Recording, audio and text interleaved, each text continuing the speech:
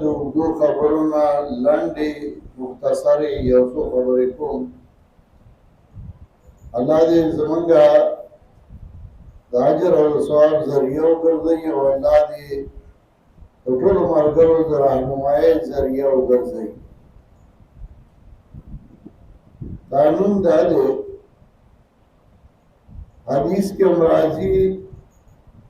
نبی علیہ السلام فرمائی مثل علی ابن آدم وحوله تسعون منیہ. ما ته بنده متشکل شو او د هغه نه چاپېراي او کم سل غمونه او مصیبتونه ټول نه بچ شي نو په بوډاوالي کې پرېږدي، نو دا هم یو غم دی. دا د دې لپاره رسول الله صلی الله علیه وسلم ویلي چې د انسان ذهني طور دې ته تیاری چې تکلیفونه به راځي، غمونه به راځي، مشکلات به راځي، خو زه به خپل کار کوم او خپل کار به نه پرېږدم. په انسانانو کې چې چا مصممه اراده کړي او عزم یې کړی په یو کار چې دا زما کار دی او زه به یې کوم، نو بیا هغه مصیبتونه او هغه تکلیفونه چې کوم راځي نو هغه په خنده پیشانۍ باندې هغه برداشت کوي او د هغې نه یو خوند او یو مزه وي. هغه تکلیف، هغه مصیبت چې هغه د دین په کار کې راځي او سړی برداشت کوي او په دې رضایي چې دا د الله فیصله ده، نو بیا په هغې کې چې کوم لذت او خوند دی نو هغه په بل ځای کې نه میلاوي. دې وجې حدیث کې راځي چې اشد الابتلاء الانبیاء ثم الامثل فالامثل. زیات ابتلاګانې او مصیبتونه په انبیاءو راغلي وو او بیا چې څوک څومره غوره وي نو په هغه باندې د هغې مطابق راځي، په چا یو شان، په چا بل شان، په چا د اولاد د طرفه، په چا د پلار مور د طرفه، په چا د ملګرو د طرفه، په چا د دشمنانو د طرفه مختلف تکلیفونه راځي. ما به سوچ کو چې زمونږه څوک خوښي محبوبي نو په ګرمای کې مونږه څادر ټوکې کو هغه ته وایو چې د ګرمي ونیسي. نو چې د الله انبیا خوښ وو ځکه دا ډاډه ومه نو ما ته لږ د ملا تکلیف دی د تکبر د وجې نه هم وګورئ. نو انبیا د الله دومره خوښ وو او بیا هم په هغې تکلیف دومره راته او داسې مصیبتونه او تکلیفونه. نو زه په دې نتیجه ورسېدم چې په تکلیف او په مصیبت کې چې کله ته د الله په فیصلو باندې رضا یې، چې هغې کې کوم سرور، کوم لذت او کوم خوند زړه ته راځي نو په ډېرو نعمتونو کې بیا نه راځي. او دې وجې یو شاعر هم وایي پیجا ایام کې تلخی کو بھی ہنس کے ناصر غم کو سہنے میں بھی قدرت نے مزہ رکھا ہے.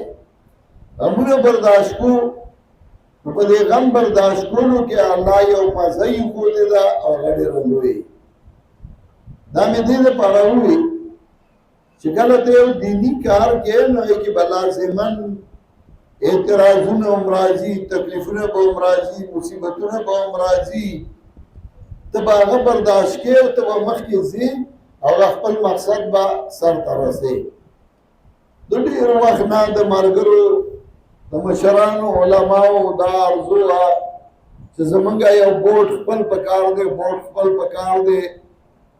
الحمدلله ثم الحمدلله د هغې هغه ارزو او د هغې هغه تمنا الله زما ورته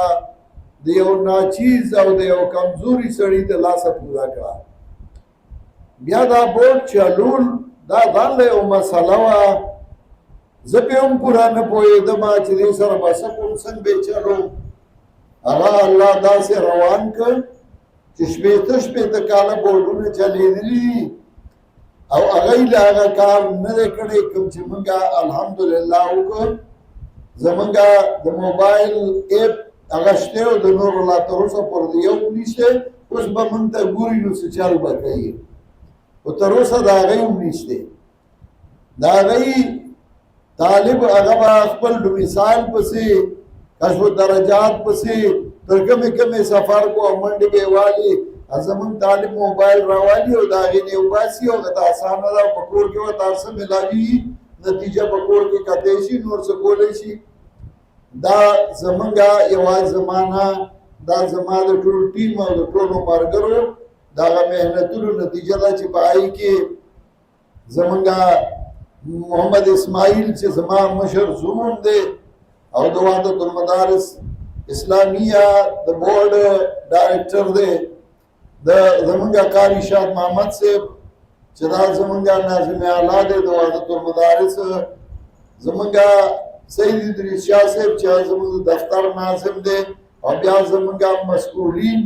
د مختلفو ځایونو او په دې بورډ کې چې کوم کار کوي د هر ملګري د خپل وس مطابق هغه محنت دی او د هغې نتیجه ده الحمدلله زمونږ بورډ ډېر په ترقۍ باندې روان دی او ډېر په ښه طریقه باندې روان دی اوس ورو ورو زمونږ هم پکې تجربې کېږي خو کال په کال مونږ میټینګونه د دې دپاره کوو چې کمې خامخا یي نو څه کمې او څه اعتراضونه یي نو موږ دې له ملګري راجمع کړو چې څه کمې چې هغه تاسو موږ ته په ګوته کوي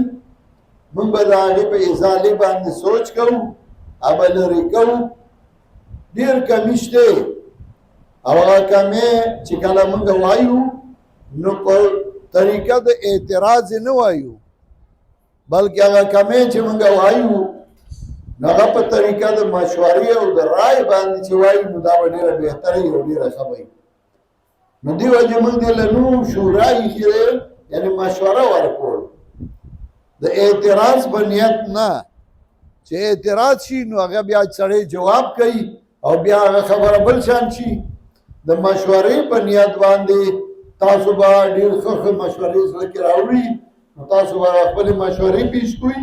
او انشاءالله زمونږ ډایرکټر صاحب زمونږ ناظم اعلی صاحب زمونږ مسؤلین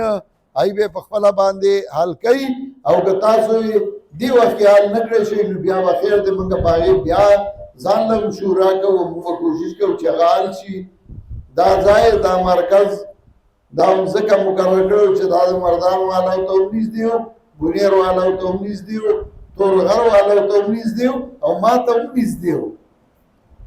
نو د دې اصل کې ما ته نږدې و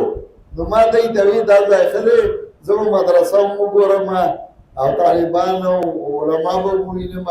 او دا مسؤلین ملګري به ووینم نو دا ځای ما ځکه منتخب کړی و او زما امید دی چې تاسو به هم په دې باندې خوشحاله یئ چې دا ځای منتخب شوی دی د متبع امیر دی اخلاص هم دی او موږ خوشحالېږو چې دا ځای ووینو الله دې دې ځای له هم ترقي ورکړي الله زموږ دې بورډ له هم ترقي ورکړي زه تاسو سره ډېر کېناستی نه شم